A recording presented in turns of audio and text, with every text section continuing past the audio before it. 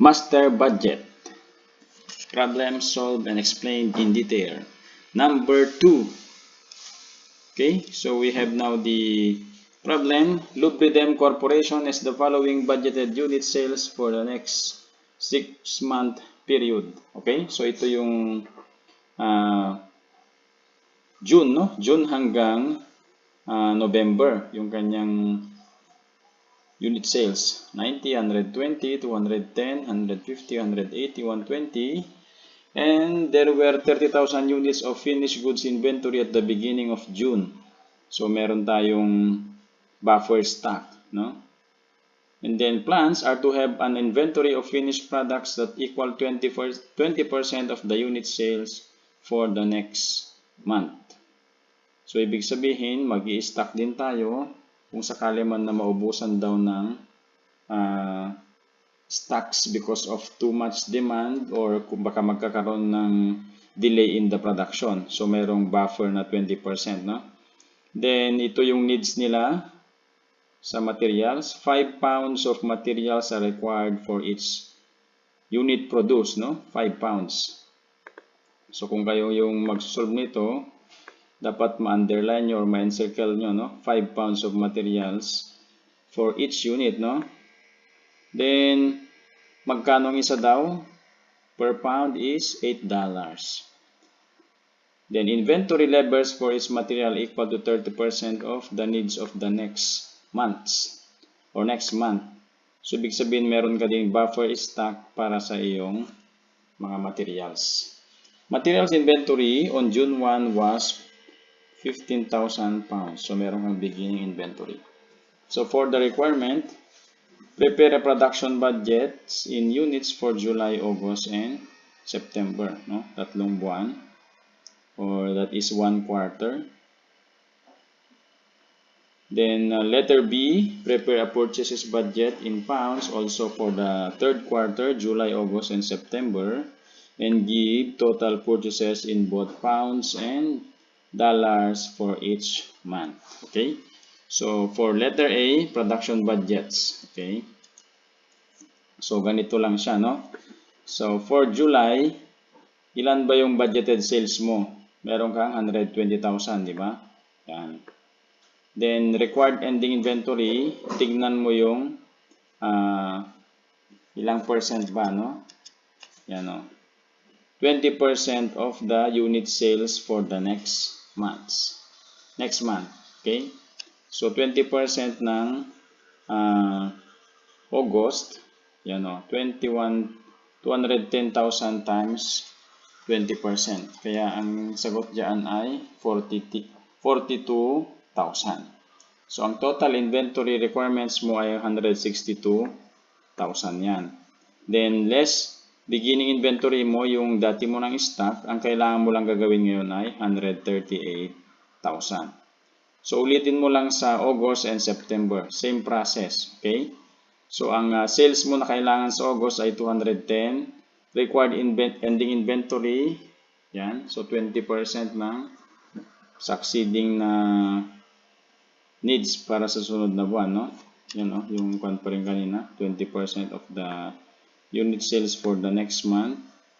So, 20% times sa September natin, yan, it's 30,000.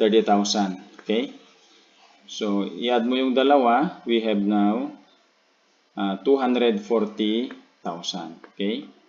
Then, less yung meron kang beginning inventory, ito, oh, diba? So, nagko-connect lang yan. Yan. Nung last July, so, ang gagawin mo lang ngayon ay 198,000 units. Okay? Then, follow the same procedure sa September. 150,000 naman ang kailangan mo na para ma-meet yung demand sa sales mo. Then, 36,000 yung required ending inventory. Paano ba na-compute yan? 30% of your succeeding month, no? Yan, no? October. So, 20%, 180,000 times 20%, 36,000. Kaya, yun, no? 36,000. I-add mo yung dalawa, 186. Okay? less required less yung beginning inventory mo, yung galing dito. Okay? So you will only need to produce 156,000 units. Okay? So ganun lang kadali yung ating production budget. Okay? Wala namang ganun kahirap, no? But anyway, kung meron pa kayong question dyan or any comment, just feel free to put in the comment section. So let's proceed na sa pangalawang requirement, yung sinasabing purchases budget. At kailangan natin yung ipakita in pounds or in quantity, no? And then in dollars daw. Okay?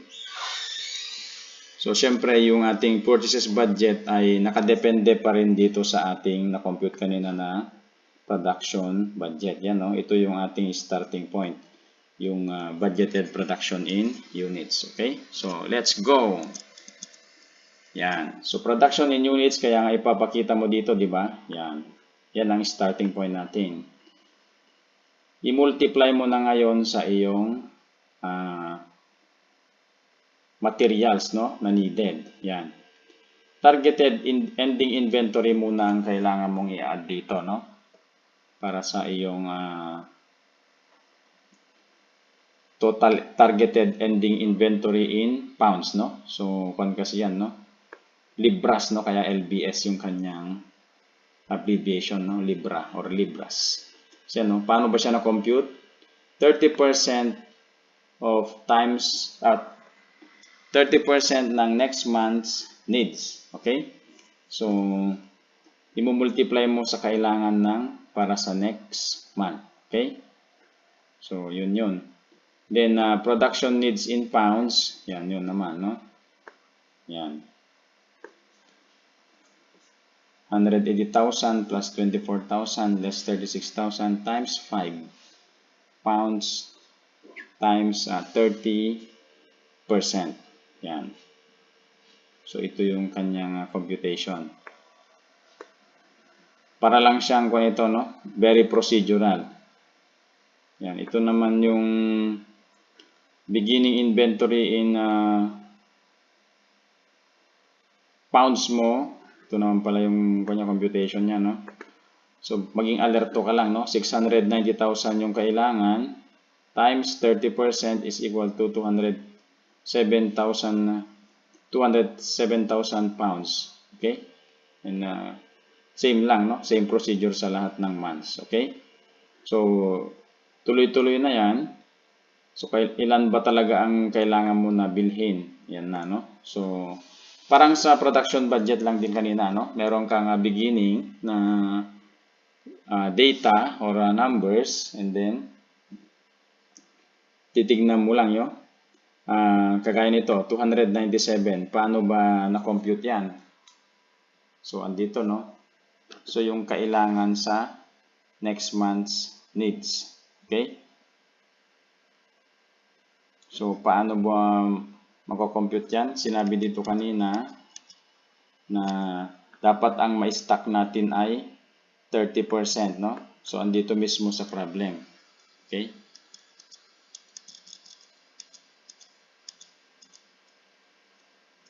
So, paano natin na-compute ngayon yan? Yung ating 297,000.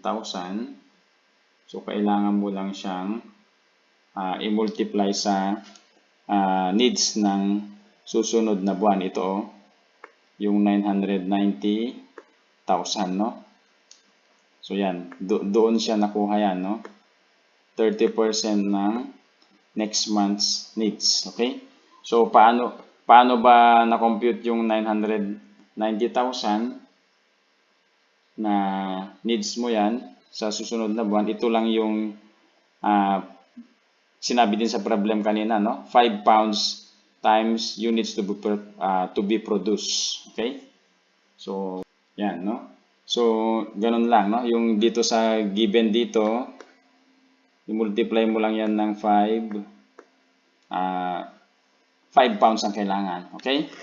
Then, i-plus mo ngayon yung production needs. Yan, no? Paano ba na-compute yung 690? Eh, syempre, 5 times 138,000, no? Yan, 690. So, i-plus mo lahat yan.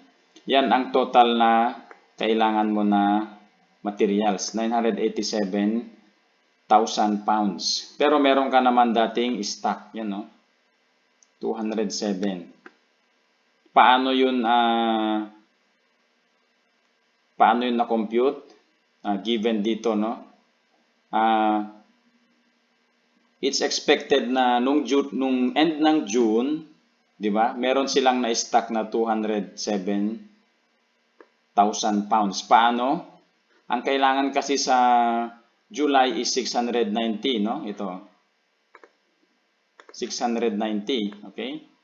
Ito, 690,000 units. Expectedly, meron na stock nung June na 30% ng 690, that is 207,000.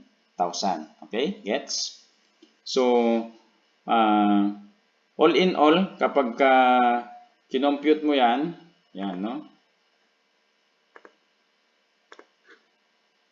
987 less yung given naman na beginning na or na-compute natin na beginning sa July, beginning na materials, you only need to buy 780,000 pounds. Okay?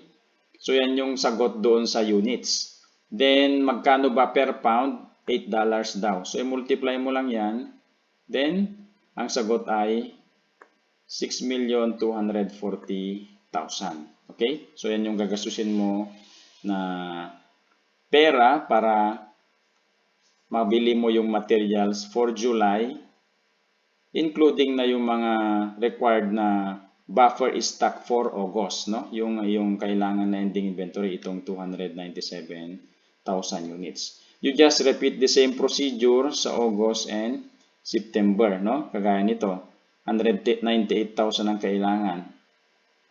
So, kinailangan mo yan para ma-compute mo yung 990, di ba? 198,000 times 5, 990. Then, yung targeted ending inventory mo in pounds ay galing naman dito, no? Yan, sa September. Yung 780,000 dito sa September, kailangan mo ng 30% yan, so that is 234,000. I-add mo yung dalawa, that is the total needed materials, 1,224,000 units.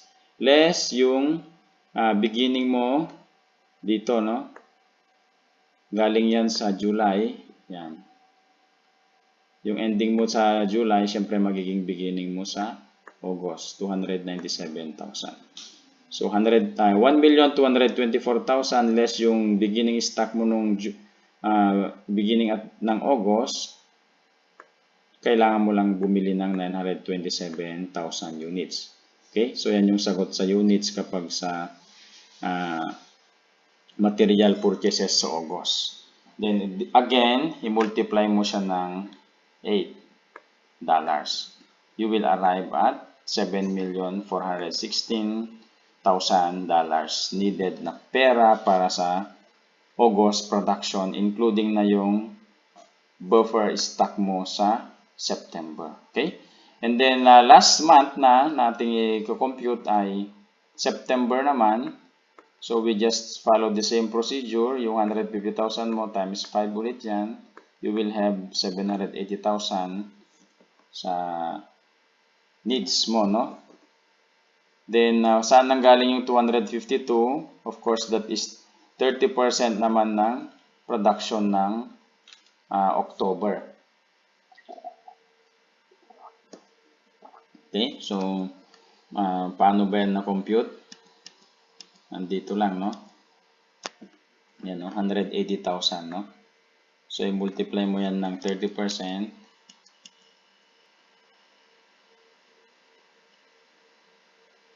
Targeted ending inventory in pounds, no?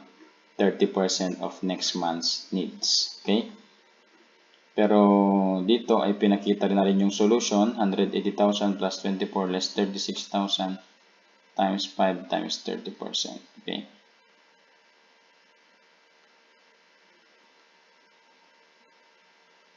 Then we add them and magkakaroon tayo ng 1,032,000. Less yung galing sa August na stock, yan, 234,000. we only have to buy 798,000 units. Multiply to 8, you will arrive to total expenditure $6,384,000 no, para sa September production including the buffer stock ng October production. Okay? So ito lang yung paraan, no? It's very procedural actually, no? Huwag ka lang magkamali sa mga numbers mo from production budget kasi tuloy-tuloy na yan, no? So kailangan talaga yung alerto tayo dito. Kailangan yung attention natin.